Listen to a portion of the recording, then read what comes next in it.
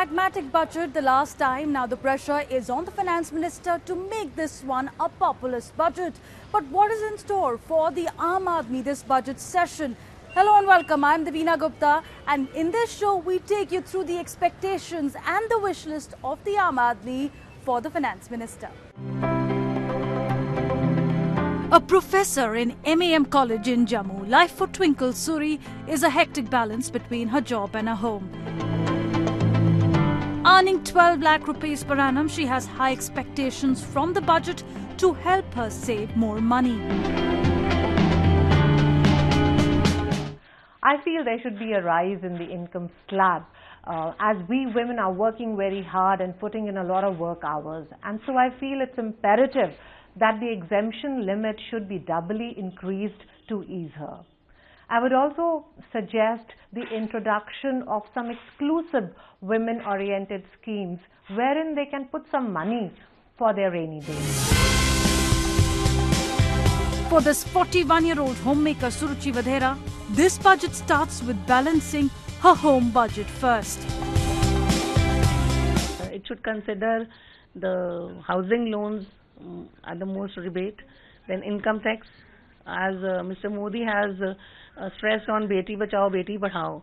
So government should consider while planning the budget of the next coming session to more concentrated on girl child education to some rebate. It has to be some more incentives to be given to women. Increasing of price of everything, each and everything, household gold you can say, or you can say grocery and clothes. Money is less, money is a fix, no. With that money we have to run the family. Last we see the last part of the month, there is nothing to save. In Bengaluru, Mrs. Ramachandran is hoping that this budget focuses on the education sector too and makes education affordable to all children and improves the current female literacy rate. Educational facilities should be provided so that, we have a wider perspective of learning that is happening and everyone is able to get the facilities of good education and a better society that we can build upon. After almost 19% slash in the last budget for allocating funds for women, in this one, women are hoping that additional funds will be allocated by the Finance Minister. September 2014, the Prime Minister launched the Make in India campaign to focus on 25 sectors to ensure that India is a manufacturing global hub and attract the foreign direct investment. And this budget session also, there is a long list from the medium and small enterprises for the Finance Minister.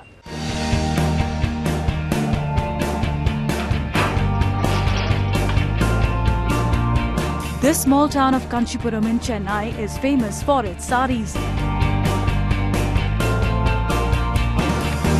Weaving these colourful threads, the workers here are hoping that this budget spins a safety net for them as well.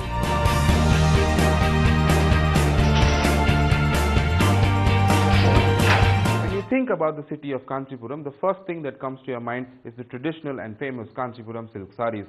But sadly, it's an industry that's constantly being ignored and also gradually fading away.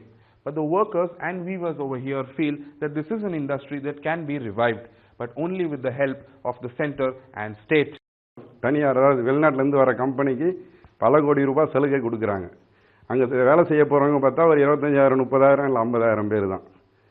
ஆனால் 1 லட்சம் பேருக்கு மேலே வேலை செய்கிற ஒரு காஞ்சிபுரத்தில் இருக்கிற இந்த நெசவு தொழிலை கவர்மெண்ட் ஏன் முதல் வைக்கக்கூடாது? முதல்னா அதை உதவி பண்ணக்கூடாது. பண்ணும்போது இதிலேருந்து உற்பத்தி ஆகி அதாவது சேலை உற்பத்தி ஆகி இதை வெளிநாட்டுக்கு இம்போர்ட் பண்ணுறதுக்கு உண்டான ஏற்பாடு.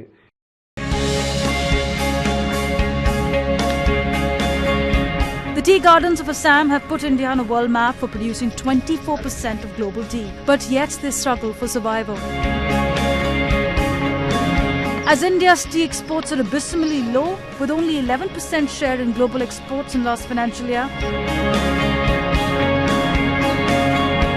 this age-old enterprise is looking for urgent boost. Industry is the oldest industry in the country. And this industry certainly needs to reinvent and move forward along with the Make in India campaign. And therefore I would expect that the government has Government of India looks into this aspect, that how in the oldest industry can reinvent and move along with the Make in India campaign to face the challenges which are confronted in the new world. This small unit in heart of industrial hub in South Bengaluru produces automobile parts. Their eyes are set on Make in India campaign and how the budget can incorporate their needs.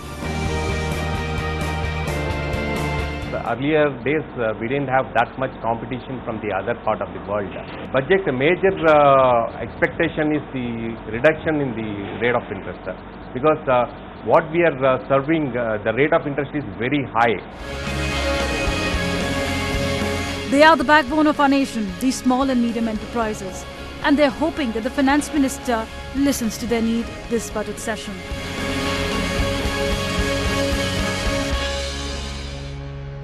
From eating out to watching movies, this empty ticket window shows that how it's getting more and more expensive for the middle class to manage their household budgets. And this budget session as well, all eyes will be on the draconian service tax. Meals at home and cutting the restaurant bills is how this young couple in Patna spends their monthly salary. And in this budget, they are looking for their affordable dream house. There's so much of price rise. I would definitely want, this budget to take steps to arrest, especially food articles. And also, I think the real estate prices have gone up so much. I personally feel that the steps should be taken which will take our country forward. Living in India's IT hub, for Ramachandran, every rupee saved will go for his son's education. Already cutting down on their luxury outings, they are focused on saving more. Right now, you have, the cost of living, the standard of living has gone so much that people are unable to save anything. Most of the time, most of the incomes are going out of the taxes. So I would suggest, they should increase the personal income tax limit. One of the ways by which we can do, and they can increase the limit of section 80C. Right now it is about 1,50,000. They should make it to at least 2.5 lakhs or 3 lakhs. This college, from where he retired as a principal, is still a second home for Naval Kishore Chaudhary, where he visits often to interact with students during his free time. But as he lives off his pension, the 67-year-old is echoing concerns of senior citizens like him and expectations from the budget. Give preferential treatment in terms of income tax. Exemption limit should be still higher for senior citizens and retired personnel. Medical benefits be permitted to those who have already retired from service, active service, as the age goes up. In Jammu, 72-year-old Chandra Dubey lives with his wife and wants better facilities for the senior citizens from the government. We are all left alone. The children have gone out, and so there should be some sort of provision by the central government to form some clubs, sort of things, where we can sit together and share our whatever life is out there. So will the Finance Minister make this budget a populist one? Or will it be a tightrope walk for the Aam Aadmi living in different cities across India? There is no denying that India lives in Bharat, and when we talk about Aam Aadmi, we cannot ignore the largest sector of our economy, that is the agriculture. With 9 states declaring drought, this budget session will be keenly watched out by the farmers for the aid from the central government.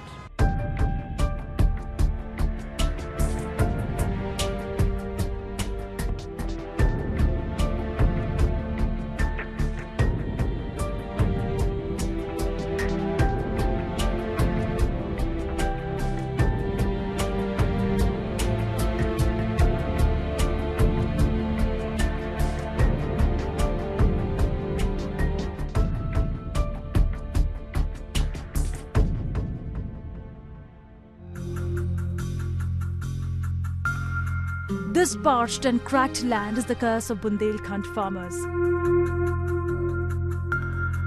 Driven to edge, with over 3,000 farmers committing suicide here in past 5 years. They are desperate, and some are even willing to sell their blood to support their families. This is the region where farmers have been forced to take extreme steps, at times even committing suicide because of the debt trap that they have got into, and also at times selling their own blood for survival. The main problem is of water, because it has not rained for the past 3 years and drought-like situations are prevailing in this part of the country. भूखमरी बहुत ज़्यादा है। गरीब लोग सब अपने अपने बच्चे को बेचते, कहीं कहीं खाते, भूख मरते तो खून निकाल कर देते मेडिकल, कहीं भी जो अपना भरण पोषण करते हैं। पूरी जमीन पड़ी साहब, खेती है करी, उसमें लागत नहीं लग गई कि पैसा गांठ में नहीं, आप सूख रही फसल, पानी है नहीं, मोड़ी मोड़ा भूखन मर रहे, बस धुआं खावे है नहीं। अब कौन स्थिति ऐसी है कि आदमी को अपना खून भी बेच रहा है, अपने पैसे पैदा कर खा रहे। Facing the fury of the nature, the farmers have tied all their hopes of an immediate government intervention to this budget. नुकसान होता है वो सरकार हमको देती है, लेकिन उसका पैसा बहुत कम आता है।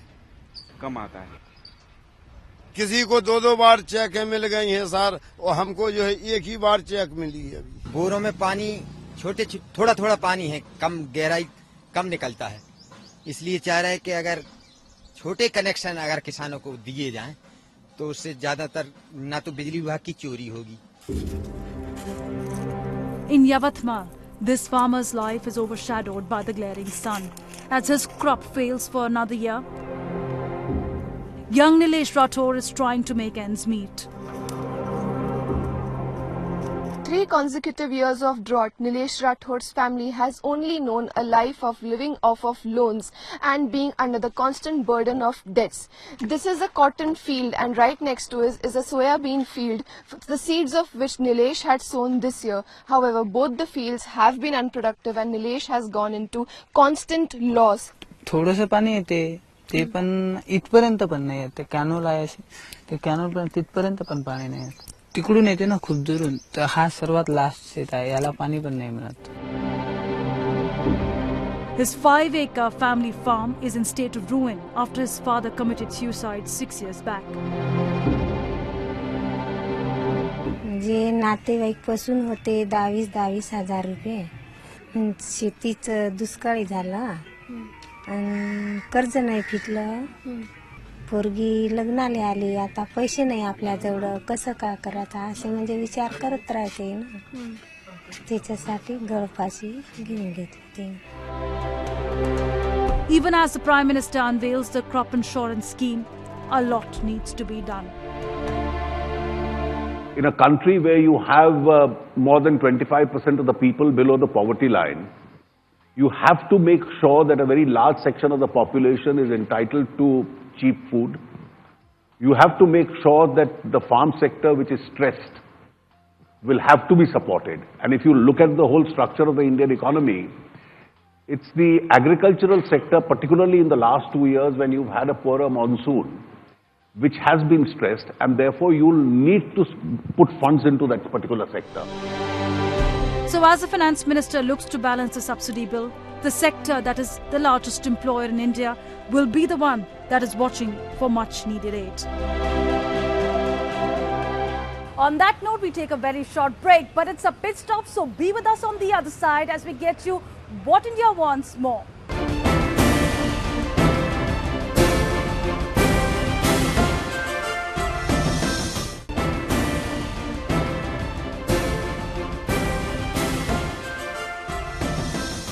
Hello and welcome. In this section, we talk about what does Gen Next want. We are with the future of India, talking about their future and their expectations from the Finance Minister. With me is the 3rd-year economics batch students of St. Xavier's. Also joining us are D.K. Joshi, Chief Economist of CRISIL, and Dr. Agnello Menzies, Principal of St. Xavier's School, who will be sharing their viewpoint on the subject. So we are talking about young India, 64%, which will be below 29 years of age by 2021. Are we ready for it? Are we ready to reap the benefit of this young demographic dividend, or will it be a disaster? That's the question open on the floor. The way the things currently are, with the thousands of institutes and all of them churning out graduates and hardly any of them being actually employable in the market, I feel it's going to be a disaster if the growth spurt of the young generation keeps on going, because there are going to be more unemployed graduates every day being churned out, and what's going to happen to them? Then there'll be more angst amongst the youth, and we'll have more stories about, bad stories basically. So I think it's headed for disaster unless we drastically start spending on making more colleges that actually and universities that actually provide the skills required for employment. That's a valid point here. We need more money for our central universities. We need more IITs and IIMs. We had a very interesting point of view from a gentleman here. Yes, go ahead. So I want from a finance minister to focus on education, as everyone has pointed out. So my aim is this: the education should be digital. Everyone should be at par. So if you see in most of the urban cities, they have enough infrastructure for in the education in schools and colleges. But what about the rural schools and colleges? They don't have infrastructure proper. I think that needs to be initiated. They need to be bring at the power, and by empowering the technologies to them. So at the end, when we talk about transforming India, everyone would be at the equal par, and there would be a balance between the rural and urban India. Very valid point. One of the other important areas that we have to talk about is that how there has been a spurt in entrepreneurship. Now, how many people here want to be entrepreneurs when they get out? Okay, so 1, 2, 3, 4, 5. 5 students from Xavier's. You'll have to watch out for them because they will be the leaders of tomorrow. 10,000 crore being given by the government of India, earmarked for Startup India. Will that yield result or not? That's the question. Yes, please go ahead. We have a viewpoint in the front. There's already been a debate regarding how Make in India should rather be Create in India. So we need to hold back the profits in our country rather than letting them leak out of the country. So I think Startup India is that kind of a project which gives us that kind of a platform to compete with the world leaders in whatever industry we want. So that way, this seems like a promising kind of a project to me, and as we look forward to entering the corporate world and the industry, so I think this is a good starting point for us. Over and above just the allocation of funds and things like that, what also must be taken into account is that this is a huge chunk of capital that's flowing into India at a very fast pace, and there's literally no safety net right now. There's very little regulation in the startup space itself, and it's very difficult to sort of track where exactly this investment is going. All of us are very scared about there being a startup bubble similar to the .com bubble that happens. Okay, so that's the bell, which is also indicating that we are running out of time, but very quickly I want to take some more point of views before we wrap up. Yes.